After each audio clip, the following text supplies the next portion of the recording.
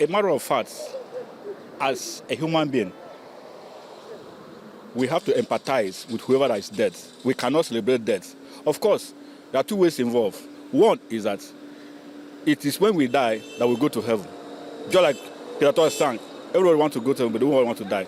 But as we die, we go to heaven. But celebrating someone's death is not a good thing.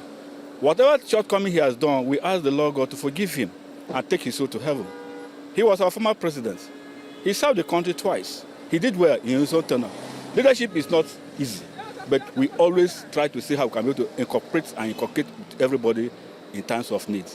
His death is a painful one. We have lost somebody who has once served this country. So therefore, we don't need to celebrate his death. We need to empathize with the family and ask the Lord God to give the family the fortitude to bear the loss. It wasn't a shock because I know from whom we come, we are definitely going back to that same person. And it's one of the pillars and beliefs of Islam that from the day you're born, you should expect to die any day in your life. So it actually wasn't as a shock as well. People must say something about you. Either you are a rich man, they will say it about you. Either you are a poor man, people will definitely say something about you. Now, if you look at the aspect of leadership of President Muhammadu Buhari, our past president, my brother, I will tell you, there are some aspects that Buhari touched some people's life. There are some aspects that the fulfillment, the expectation of masses, what we expected, is not met up by the president. You cannot question him. You cannot question the administration. Whatever things we see, we take it like that. So if you give me room to say something, in the aspect of contributing to the life of masses, employment, what I expect that Muhammadu Buhari could have done for us that particular time is the aspect of maybe sign this peace cup for people to enjoy it, for you to benefit from it. But now the administration was very close, very close. I know the National Assembly had signed it 2 times that time. It was before him to sign it. He didn't sign it. So, but nobody can blame him. He maybe has his own way of doing it. We can't blame him 100%.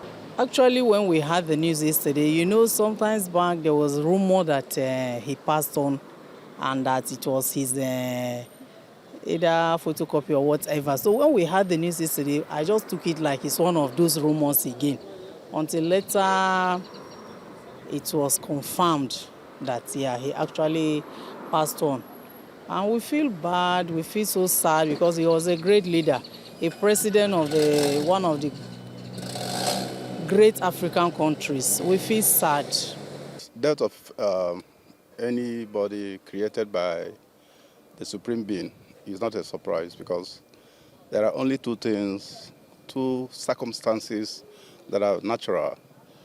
Our birth, that we're going to be born, and that we're going to die. So everybody will definitely face, death. Death is something that is inevitable for all human beings. So the demise of the immediate past president and a former military ruler, Major General Muhammadu Buhari, is not so much a shock to anybody.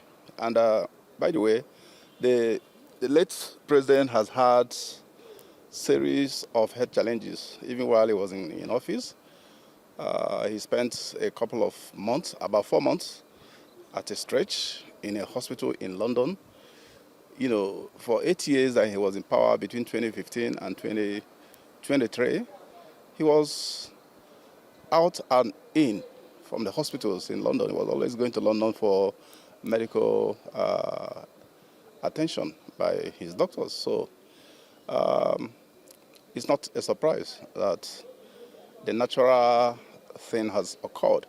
The closure of border, it affects citizens. Why? Because I'm a realist. I just want to be very frank. Initially, we were enjoying low prices of food items, low prices of clothes, low prices of a lot of things. Until the closure of the border, we start experiencing exploitation. We start experiencing high prices of things all over the market. And let me tell you something today. When you enter market with 500,000 naira, it's nothing. And when you enter market with your salary, I don't think whether you can come back home with something that can sustain you for the remaining days in the month. So the prices of market is unbearable. It is something that a common man on the street cannot afford it. It is only elite that can go to market and afford whatever they want to afford and come out. So the policies of closure of the border affected us, we the masses, deeply. The policy he brought up about closing the border was a bit too soon. Of course, Nigerians had their own products to showcase in terms of making our own made in Nigeria goods prosper. It's a good one, but it was supposed to be something lesser in the way of trying to see how it can be able to cushion the effort of Nigerians by way of releasing a bit out of it. But closing completely without warning wasn't a good policy, but it's something good for us who are in the country, who are producing our natural goods, to market it very well and make it up. It's a good policy. In as much as we in the organized civil society community, we mourn his death, his passage, and we commiserate with the immediate family of the late President of Nigeria, Muhammadu Buhari.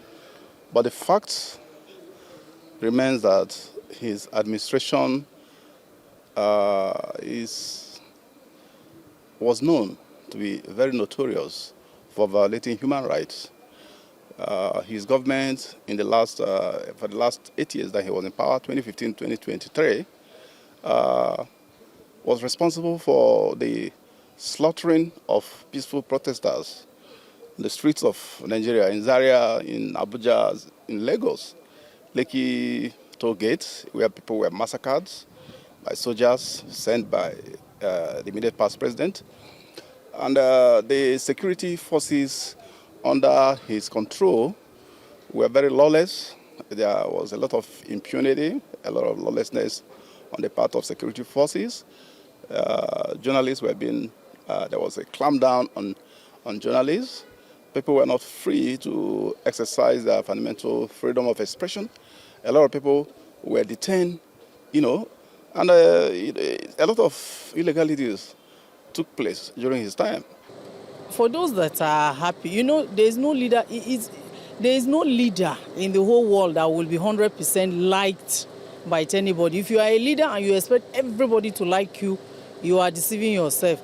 So actually, he was a great leader, though he had areas where he impacted the lives of people and where some people are feeling aggrieved also. But that does not warrant people to be happy when a great leader of such magnitude passed away.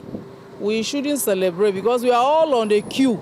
Nobody knows who is next, and we should leave judgment for God. We only do our part and leave God to be the judge. Some people are aggrieved actually due to his policies. He was a great leader, a disciplinarian. As at the time he came in before that time, we are buying rice at a rate of 25,000, 30,000. But when the close of border came up, price came up. You should understand that. So it is, I'm saying as a common man, and as a retired civil servant of the country, things are difficult. You understand? When you retire for only 1 year, you have not been paid your salary, and all of that. And to acquire rice, common food, for the commoners, for the children, and all of that, it becomes difficult. But I think things are coming down now bit by bit from the opening of the border by the current president, Bola Tinubu now. Things are coming up better now. We are buying rice at a rate of 100,000 naira. But as at last week, I bought rice of 65,000 naira. At least by the grace of God, it's still coming down. We're happy about that. Well, of course, from his policies, there are some good things, there are bad things, but the bad are much more than the good ones. And to me, I've seen the challenges that we are facing in this government comes from his policies, especially the subsidy. Subsidy is one of the major things that is affecting us in this country. We are buying fuel high with the high price, dollar exchange rate. We are exchanging naira to 1,600 per dollar, although they said that it has reduced to 1,533 naira per dollar. But it doesn't make sense to me because the policies affected us, the masses. We are not enjoying anything in the policies. And this government, when the government came, the president removed subsidy. He said that he has seen it in the past government And if the past government are not responsible for the subsidy, they will have come out and say, no, we are not part of the subsidy. So the subsidy policy of 18 affected us, and the policies of Buhari, to me, affected us woefully. Well, the word is that if you have the opportunity of a lifetime, because it's the greatest opportunity and privilege for any Nigerian, out of over 200 million Nigerians, for one person to be elected as president in Nigeria is the most precious privilege anybody can get. And it's not just that it is something that is done by the citizens, but it's also ordained by God. It takes the divine approval of God for Nigerians to even elect you into office.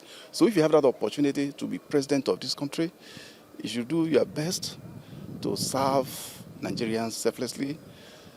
The heartless and senseless looting and stealing of public resources by those who are in government, not just in the person who holds the office of president, is almost all across. The governors, senators, House of Rep members, and the rest. So if you get into a privileged position to govern the country in whatever level you see yourself, see it as an opportunity for you to serve the people selflessly. He hates corruption. And in all his 8 years of ruling this country, his policies is centered towards corruption. He's a leader that doesn't want corruption in any form, but he tried his best. And in the process of curbing that corruption, a lot of people feel aggrieved. A lot of people were disenfranchised according to them. A lot of things they were getting, they were not getting it anymore. And in the process also, some few people hijacked the system. As he's busy fighting corruption, a lot of corruption was going on right under his nose. That one is glaring. It's in the media, we read it and we saw it. So it's different folks for different guys. There's nothing we will say much but to just allow judgment for God instead of celebrating the death of a leader. Well, it is inhuman for anybody to jubilate or celebrate the death of another human being, because each and every one of us will inevitably die when our time comes. But the demise of Buhari and what has happened in some places, especially the visuals that are going all over the place, going viral, of some children jumping out on the street, jubilating about his death. That should tell anybody who will have the opportunity of presiding over a country as complex and as big as Nigeria to rule the country with the greatest respect for the rights of every citizen, irrespective of the ethnic or religious affiliations of the citizens. The point is that the Buhari's administration in the area of, it was during the government of the late president that Nigeria became the capital, the poverty capital of the world, where more than 133 million families were rated as multidimensionally poor. But if you compare the poverty rate of the Buhari government and that of the current government, that of Buhari pays into insignificance. The only area that Buhari's notoriety is yet to be overtaken is in the area of flagrant violations of the human rights of Nigerians.